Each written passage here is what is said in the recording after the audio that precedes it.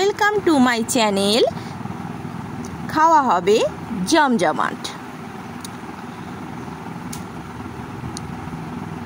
তোমাদের জন্য বন্ধুরা আজ একটা নতুন রেসিপি নিয়ে আমি হাজির হয়েছি। তাহলে বড়ি পোস্ত। এই বড়িগুলো আমি নিয়ে নিয়েছি আর নিয়ে নিয়েছি কিছু পরিমাণ পোস্ত। পোস্তটা আমি বেটে নেব। তাতে দিয়ে দিলাম দুটো কাঁচা লঙ্কা আর একটু জল।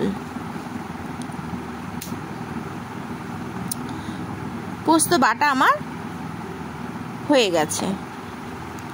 এবার কড়াই বসিয়ে দিয়েছি। কড়াইয়ের মধ্যে দিয়ে দেবো তেল।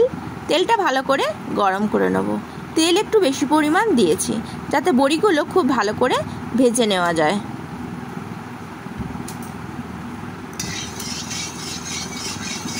তেলটা গরম হলে তারপর আমি কড়াইয়ের মধ্যে বড়িগুলো দিয়ে দেবো।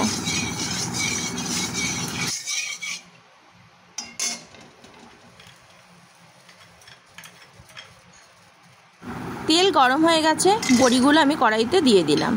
এবার এটা কন্টিনিউ নাড়তে থাকবো। যদি ভালো করে নাড়া না হয় তাহলে কোনো জায়গায় বড়িটা পুড়ে যাবে, কোনো জায়গায় আবার কাঁচা থেকে যাবে। এটা ততক্ষণ ধরে ভাজতে লাগবো যতক্ষণ বড়িগুলো পুরোপুরি লাল না হয়ে ওঠে।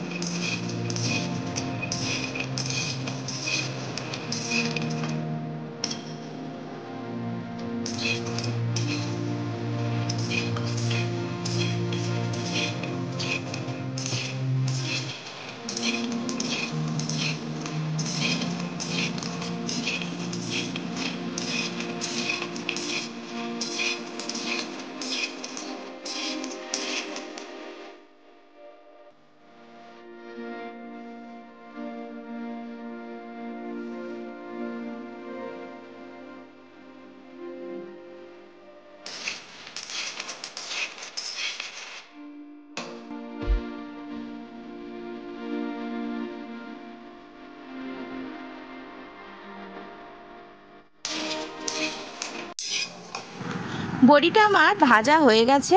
এবার আমি এটা একটু পাত্রে তুলে রাখবো। কড়াইতে আবার তেল দিয়ে দিচ্ছি। তেলটা গরম হলে এর মধ্যে আমি দিয়ে দেবো দুটো কাঁচা লঙ্কা।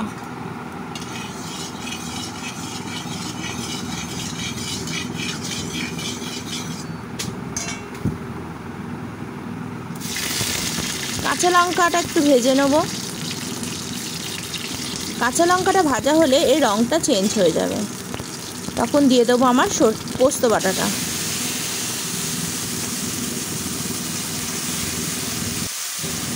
পোস্তটা ভালো করে ভাজতে লাগবো। এই তরকারির স্বাদটা নির্ভর করে এই পোস্ত ভাজার উপরে। পোস্তটা যত ভাজা হবে তরকারির টেস্ট তত অপূর্ব হবে। এটা আমি ধরে ধরে ভাজতে থাকবো। এতে দিয়ে দিচ্ছি একটু নুন,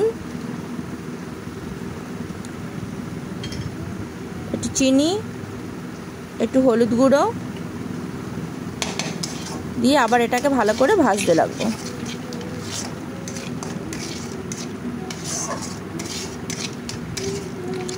ভাজাটা কমপ্লিট হয়ে আসলে পোস্ত থেকে অল্প অল্প তেল বেরোতে থাকবে।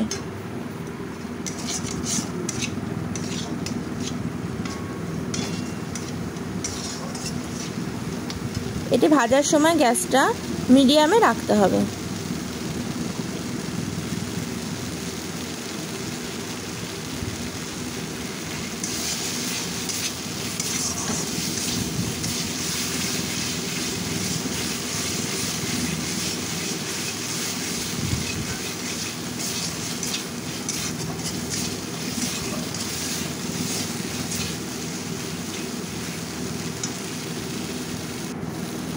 পোস্তটা আমার প্রায় ভাজা হয়েই এসছে। আর অল্প কিছুক্ষণ নাড়াচাড়া করলেই এটা ভাজা কমপ্লিট হয়ে যাবে। এবার এর মধ্যে দিয়ে দেবো পোস্তর বাটি ধোয়া জলটা। আরও অল্প পরিমাণ জল এতে আমি অ্যাড করে দেবো।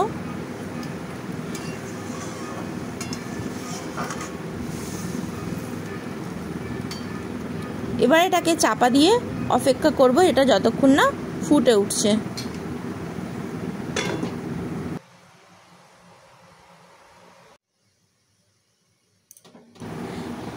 এটা ফুটে উঠেছে। এবার একটু নাড়িয়ে নিয়ে আমি এর মধ্যে দিয়ে দেব ভেজে রাখা বড়িগুলোকে।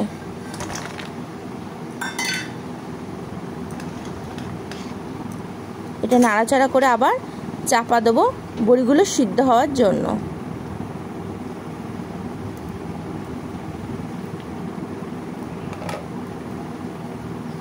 ঢাকা খুলে দেখে নিচ্ছি, এতে একটু সর্ষের তেল দিয়ে দেবো উপর থেকে,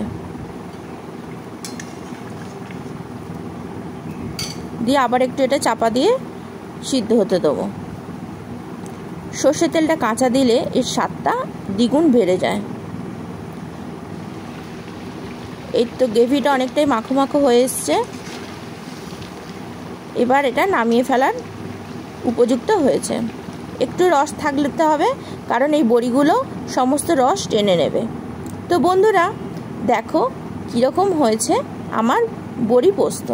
তোমরাও এই গরমে এরমভাবে এটা বানিয়ে খেও। এটা সম্পূর্ণ নিরামিষ একটি রেসিপি, আর খেতেও এটা দুর্দান্ত। গরম ভাতের সাথে এটা খাওয়াটা একদম জমে যাবে। তোমরা এইভাবে বানিও, আর কমেন্টস বক্সে আমাকে জানিও কীরকম লাগলো বড়ি পোস্ত।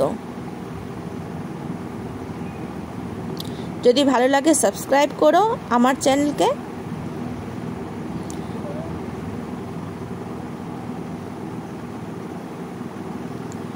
লাইক করো, কমেন্টস করো আর শেয়ার করো।